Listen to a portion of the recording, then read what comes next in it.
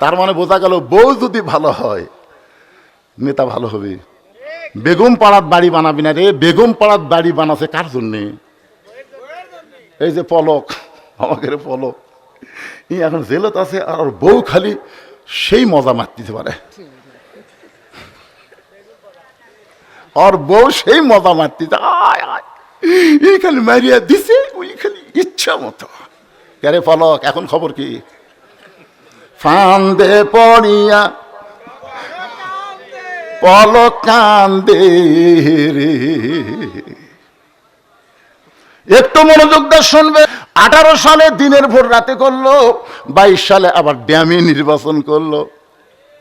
কতগুলা নেতা দেখবেন মঞ্চে উঠতে পারে না, দুইজন হাত ধরা টানে আর দুইজন পাছার ঠেলা মারে। দেখেন এরকম নেতা উঠতে পারে না ভাইরে, একজন দুইজন টানা তোলে আবার দুইজন পাছর ঠেলে। ওই নেতা মাইক পাইয়াই ওর প্রথম কথাই হলো খেলা হবে। কেরে খেলবার গেলে মাজাত বল থাকা লাগবে পাগলা, খেলবার গেলে বল থাকার দরকার আছে না নাই? জোরে কোন আছে না নাই? 41 সালের আগে হামাকরক নামাইকে এমন শিরকি কথা বলেছে, আবার আল্লাহ তাআলা 24 সালের 5 আগস্টে নামায় দিল। এখান থেকে বিশ্বাস করা লাগবে ক্ষমতার মালিক আওয়ামী লীগ না, ক্ষমতার মালিক বিএনপি না, ক্ষমতার মালিক হলেন আমার আল্লাহ।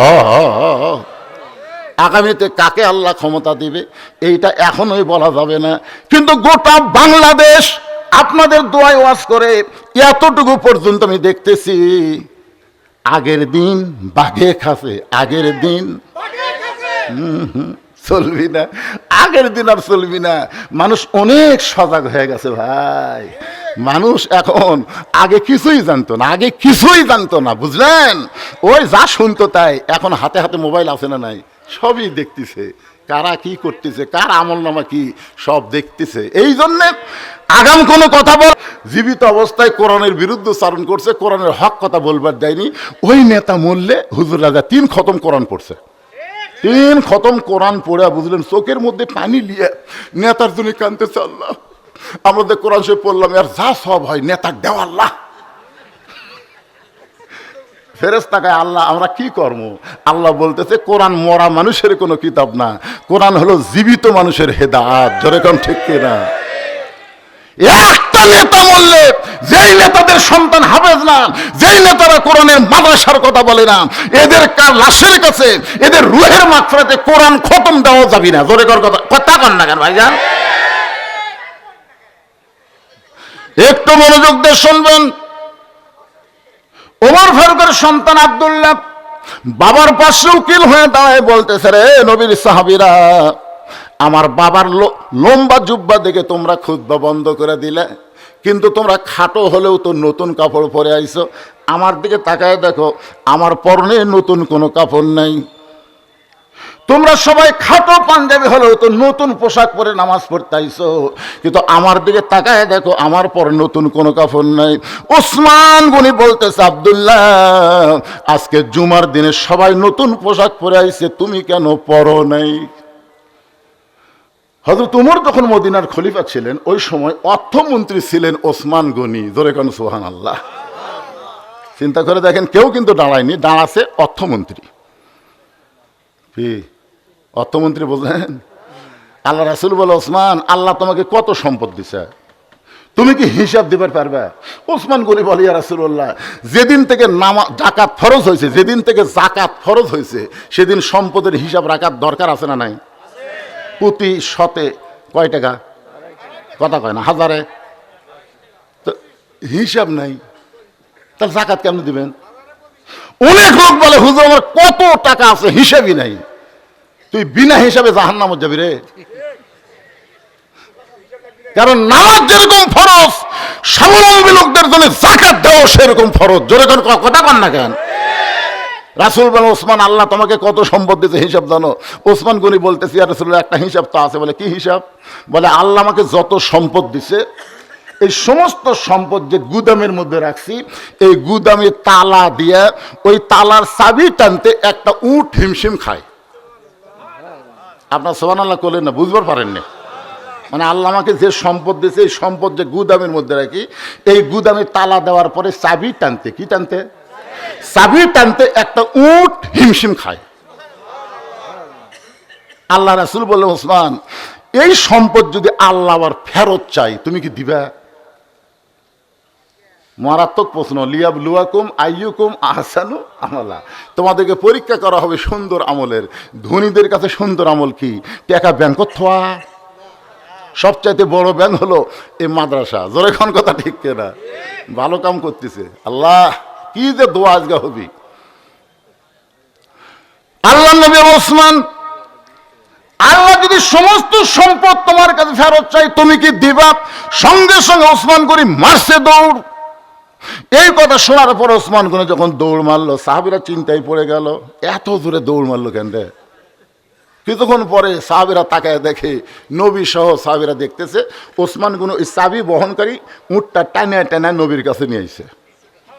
যে উটটা চাবি বহন করে উটটা নবীর কাছে এনে বলতেছে, ইয়া রাসূলুল্লাহ, শুধু গুদাম না, গুদামের সম্পদ না, গুদামের তালা না, ওই তালা চাবি বহনকারী উটটাও পর্যন্ত আমি আল্লাহরে দিয়া দিলাম। রাসূল চোখের পানি বের করে বলে, মাবুদ, আমি শুধুমাত্র পরীক্ষা করলাম, সেই পরীক্ষায় ওসমান সমস্ত সম্পদ তোমাকে ফেরত দিয়ে দিল, এখন তুমি আল্লাহ ওসমানকে কি দিবা? আল্লাহ বলে, হাবিব রে, ওসমানের ঈমান আমল দেখে আমি আল্লাহ খুশি হইয়া আমার গানি ডিগ্রি আমি ওসমান রে দিয়া দিলাম। সেই দিন থেকে আল্লাহ রাসূল যতদিন মদিনার রাষ্ট্রনায়ক ছিলেন, ওসমান হলো অর্থমন্ত্রী। আবু বকর রাদিয়াল্লাহু যখন মদিনার খলিফা ছিলেন তখনও ওসমান অর্থমন্ত্রী। উমর ফারুক যখন অর্ধজাহানের খলিফা তখনও ওসমান অর্থমন্ত্রী। জোরে কোন সুবহানাল্লাহ। মন্ত্রী এত পাল্টান লাগবে না, ভালো মানুষ একটাকে রাখলেই হবে। ওসমান গনি বলে, আব্দুল্লাহ, আজকে খাটো পাঞ্জাবি হলো সবাই নতুন পোশাক পরাইছে, তুমি পুরাতন পরলা কেন? আব্দুল্লাহ বলতেছে, আমি যদি আজকে নতুন কাপড় পরতাম তাহলে আমার বাবার জুব্বা লম্বা হতো না। তোমরা কি জানো, যেদিন থেকে আমার বাবা মদিনার খলিফার দায়িত্ব পাইছে সেদিন থেকে আমার বাবা কোনো রাত্রেবেলা ঘুমায় না, সারা রাত মানুষের দুঃখ কষ্ট নিজের চোখে দেখে বেড়ায়।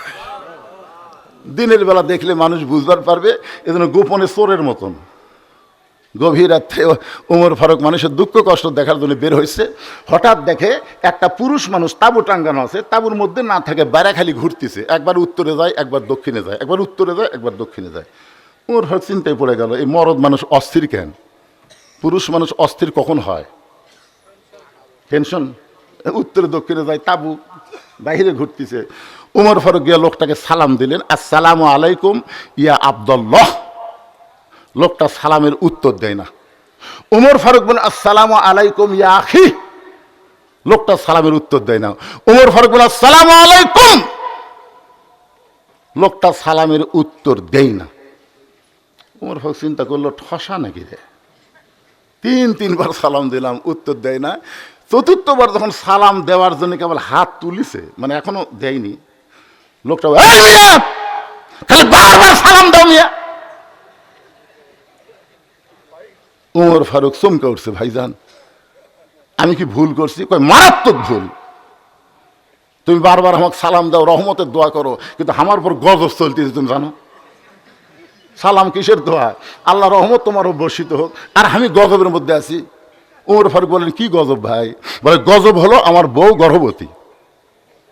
তুমি জানো উমর ফারুক যেদিন থেকে আল্লাহর কোরআন দিয়ে রাষ্ট্র চলায় সেদিন দিনেও যা রাতেও তাই। যখন সুবহানাল্লাহ, ওই লোকটা হয়তো উমরক বলতেছে, তুমি জানো উমর ফারুক যেদিন থেকে আল্লাহর কোরআন দিয়ে রাষ্ট্র চলায় সেদিন থেকে দিনও যা রাতেও তাই।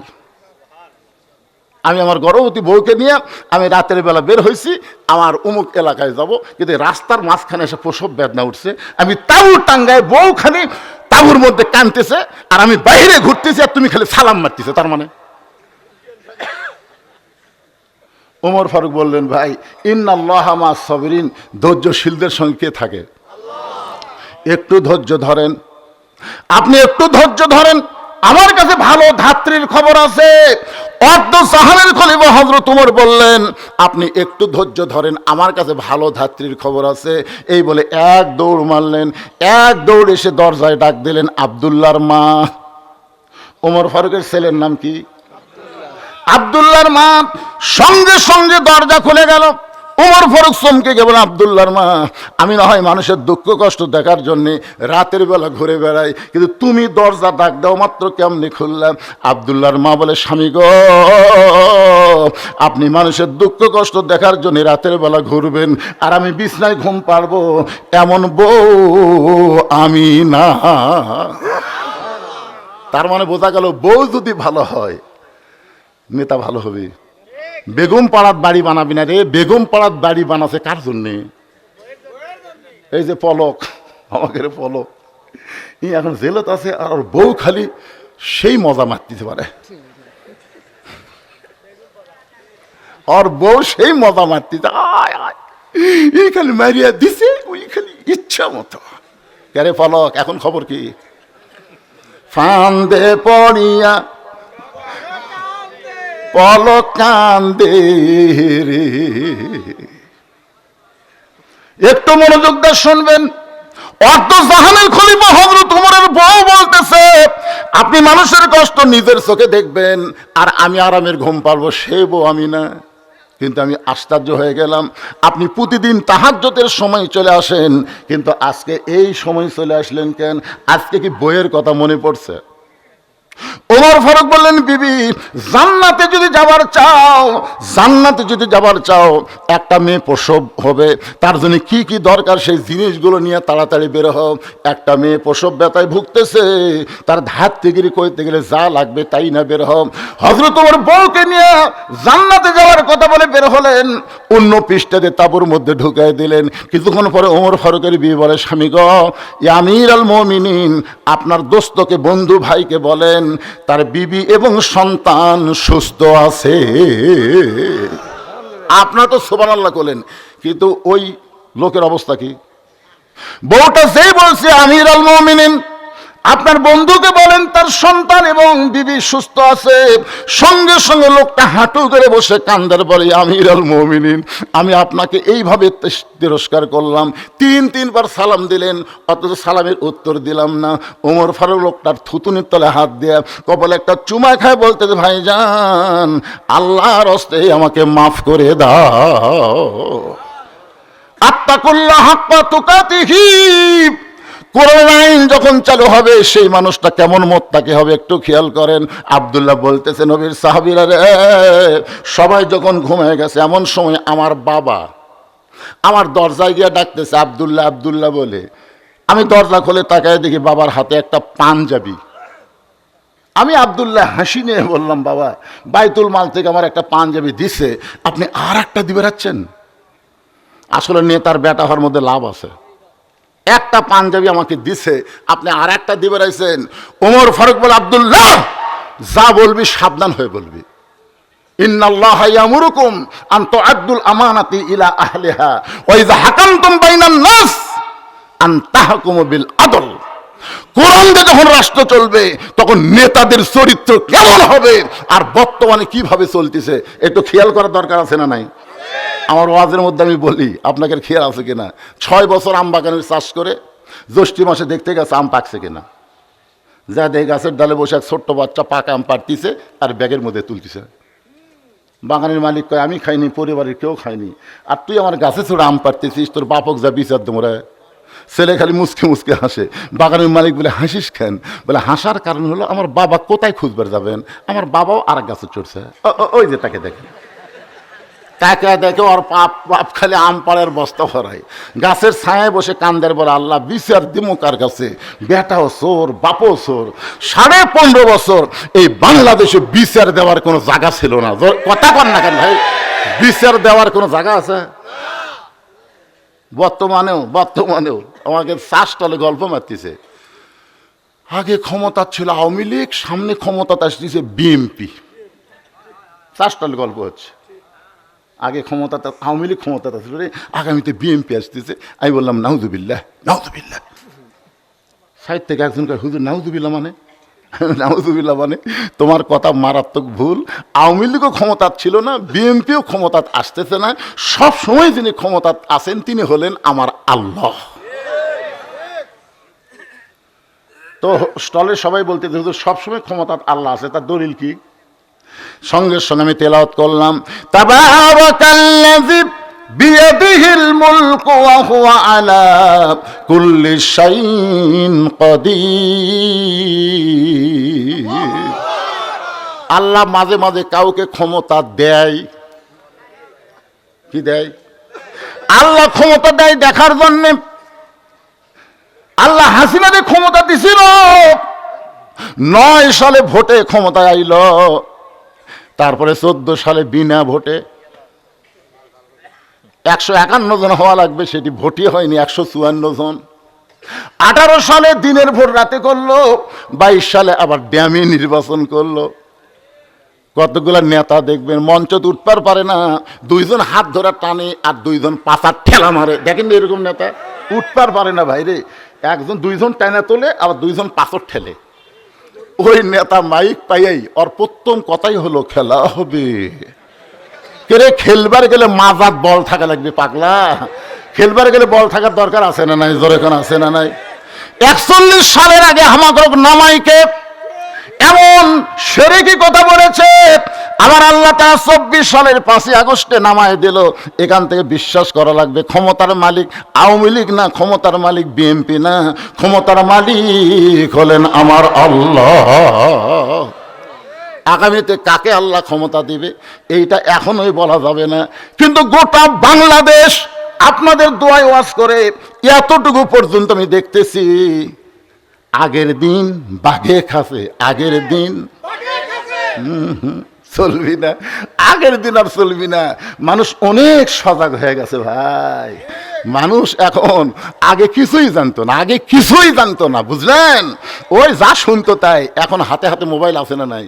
সবই দেখতেছে, কারা কি করতেছে, কার আমল নামা কি, সব দেখতেছে। এই জন্যে আগাম কোনো কথা বলা যাবে। একটু মনোযোগ দিয়ে শুনবেন। ওমর ফারুক বিন আব্দুল্লাহ, তুই কেমনে বিশ্বাস করলি একটা পাঞ্জাবি বাইতুল মাল থেকে তোরে দেওয়া হয়েছে, আর একটা দিবে রাইছি বাজান, এই পাঞ্জাবিটা আমার ভাগে পড়েছে। এখন তুই বল রে আব্দুল্লাহ, এই ছোট পাঞ্জাবি পরে আমি যদি খুতবা দেই তাহলে দেখতে কেমন লাগে? মুয়াজ্জিনের মুসল্লির কাপড় যদি ছোট হয়, মুসল্লির পাঞ্জাবি যদি ছোট হয় কোনো সমস্যা নেই, কিন্তু ইমামের ছোট হলে, আপনার বুঝতেছেন আমার কথা? একজন আমাকে মোবাইল করে বলতে, হুজুর ইমামের দাড়ি যদি 1 মুষ্টির নিচে হয় তার পাশে কি নামাজ হবে? আমি কইলাম ভাইজান তুমি ইমামের দাড়ি 1 মুষ্টি কেমনে মাপলে? তো হুজুর ইমাম যখন খুতবা দেয় তখন আমি দূর থেকে আন্দাজ করছি, আমার মুখ দেখছি আর দাড়ি দেখছি, হুজুর আমার মনে হয় 1 মুষ্টির কম হবে।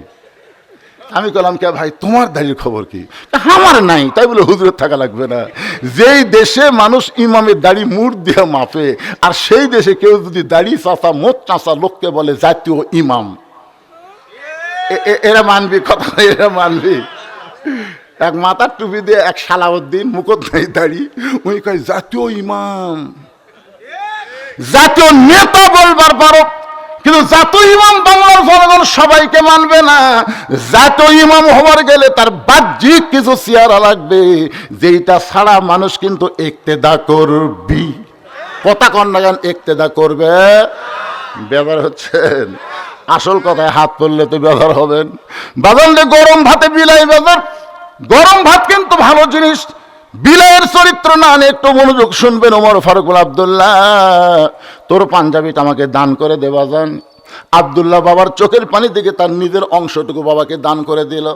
বাবা আব্দুল্লাহর অংশ, নিজের অংশ নিয়ে যখন রওনা দিয়েছে, আব্দুল্লাহ পিছনে পিছনে হাঁটতেছে, বাবা সামনে সামনে। বাবা ঘরের মধ্যে গিয়ে ঘরের দরজা বন্ধ করে দিল। আব্দুল্লাহ জানলা দিয়ে তাকায় দেখে হযরত ওমর ফারুক নিজেই দর্জি হইয়া ছেলের পাঞ্জাবি, তার নিজের পাঞ্জাবি একত্র করে লম্বা জুব্বা বানায়, ওই জুব্বা বানায় আমার বাবা খুতবা দেয়। এখন বলো বাবার খুতবা শোনা যায় কি না যায়? সমস্ত সাহাবীরা চিল্লায় বলে, আল্লাহর কোরআন দিয়ে যখন রাষ্ট্র চলবে এমন মুত্তাকি নেতা মুসলমানেরা দেখতে পাবে। ইযা নুদিয়া লিস-সালাতি মিন ইয়াউমিল জুমআ ফাসাউ ইলা যিকরিল্লাহ। আচ্ছা, আর একটা আয়াত কই তো দেখেন, এখানে জিকির মানে কি? ইয়া আইয়ুহাল্লাযীনা আমানু উযকুরুল্লাহা যিকরান কাসীরা ও সাব্বিহুহু বুকরাতাও ওয়া আসিলা। আচ্ছা, এই আয়াতে জিকির মানে কি? ও সব আমি কম, হ্যাঁ না ঠিক আছে, যেখানে জিকির মানে না শোনা লাগবে তো, খালি জিকির জিকির, হাই রে জিকির, আমার দয়াল বাবার দরবারেতে কেউ ফিরে না খালি হাতে, ইল্লা ইল্লা ইল্লা। কি এই মাঝখানে যে বৈশাখে শেষ বৃহস্পতিবার কি হয়? এই জিকির করবার দেওয়া যাবে? আজকে একটু মনোযোগ দিয়ে শোনেন। এরপর আল্লাহ বললেন, ইয়া আইয়ুহাল্লাযীনা আমানুস্তাঈনু বিস-সাবরি ওয়াস-সালাহ ইন্নাল্লাহা